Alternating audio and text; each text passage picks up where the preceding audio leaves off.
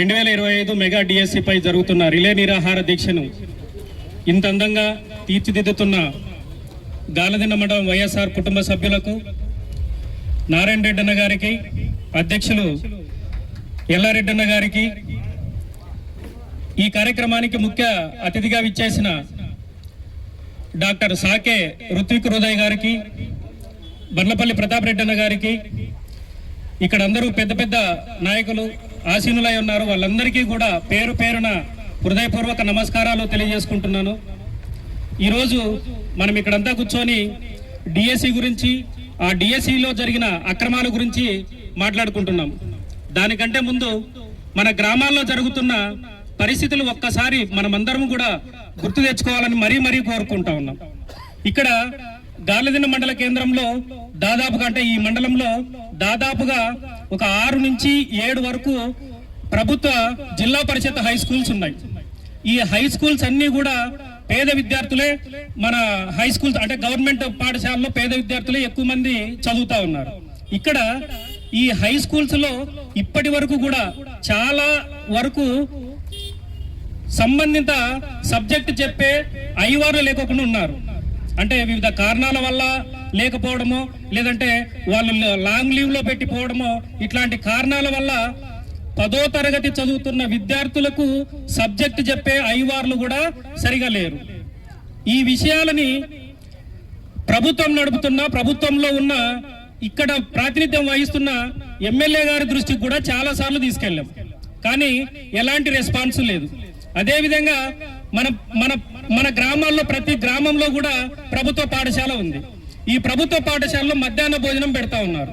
మధ్యాహ్న భోజనం పెడతా ఉంటే చాలా చోట్ల మధ్యాహ్న భోజనం మన పిల్లలు తినలేని పరిస్థితిలో ఉన్నారు. అంటే ఒక్కసారి మనందరము కూడా అర్థం చేసుకోవాలి. అంటే చిన్న పిల్లలకు పెట్టే అన్నం కూడా సక్రమంగా పెట్టలేని దౌర్భాగ్య పరిస్థితుల్లో ఈ ప్రభుత్వాన్ని నడుపుతున్నారంటే ఇంకా విద్యాశాఖ మంత్రి పాలన చేస్తున్నట్ట, లేదంటే ఈ అధికారాన్ని ఎంజాయ్ చేస్తున్నారో ఒక్కసారి ఆ తెలుగుదేశం ప్రభుత్వం నాయకుల విఘ్నతకే వదిలేస్తున్నారు. అంటే మనం బాగా గమనిస్తే జిల్లా పరిషత్ హై స్కూళ్లలో చాలా వరకు మధ్యాహ్న భోజనం చేసే పిల్లలు మన ఇంటి నుంచి క్యారియర్ తీసుకెళ్లి మధ్యాహ్నం అక్కడ భోజనం చేసే పరిస్థితులు నెలకొన్నాయి. ఇది మన గ్రామాల్లో జరుగుతున్న పరిస్థితి. మన గ్రామాల్లో పరిస్థితి మనమే చక్కబెట్టుకోలేనప్పుడు మన పిల్లలు ఇంకా ఎంత మాత్రం వాళ్ళు బాగా చదివి పై చదువులకు వెళ్తారో ఒకసారి మనందరము కూడా ఆలోచన చేయాలి. ఇప్పుడు ఈ మధ్యనే మన పాఠశాలలు స్టార్ట్ అయ్యి ఇప్పటికి దాదాపుగా 2-3 నెలలుగా వస్తుంది. ఏ విద్యార్థి భుజాన ఆ బ్యాగు సక్రమంగా ఉందో ఒక్కసారి మీరందరూ ఆలోచన చేయండి. గత 5 సంవత్సరంలో జగనన్న పాలనలో 5 సంవత్సరాల కాలంలో విద్యార్థులకు ఇచ్చిన విద్యార్థి కిట్టు 5 అంటే సంవత్సరం పొడవునా కూడా ఎక్కడ చెక్కు చెదరకోకుండా మళ్ళా కూడా అదే బ్యాగు వేసుకునే పరిస్థితి ఉండింది. కానీ ఇప్పుడు 2-3 నెలలు కూడా కాలేదు, ఆ బ్యాగులు ఇచ్చి ఆ బ్యాగులు చినిగిపోయి తూట్లు పడి దానికి ఆ బ్యాగులు పక్కలకేసి వేరే బ్యాగుల్లో ఆ బుక్కులన్నీ తీసుకెళ్లే పరిస్థితిలో విద్యార్థి ఈ విద్యా వ్యవస్థ నడుపుతున్నాడంటే ఇంతకంటే దౌర్భాగ్యమైన పాలన ఇంకొకటి ఎప్పుడు చూసిండమని ఈ సభాముఖంగా తెలియజేసుకుంటా ఉన్నాం.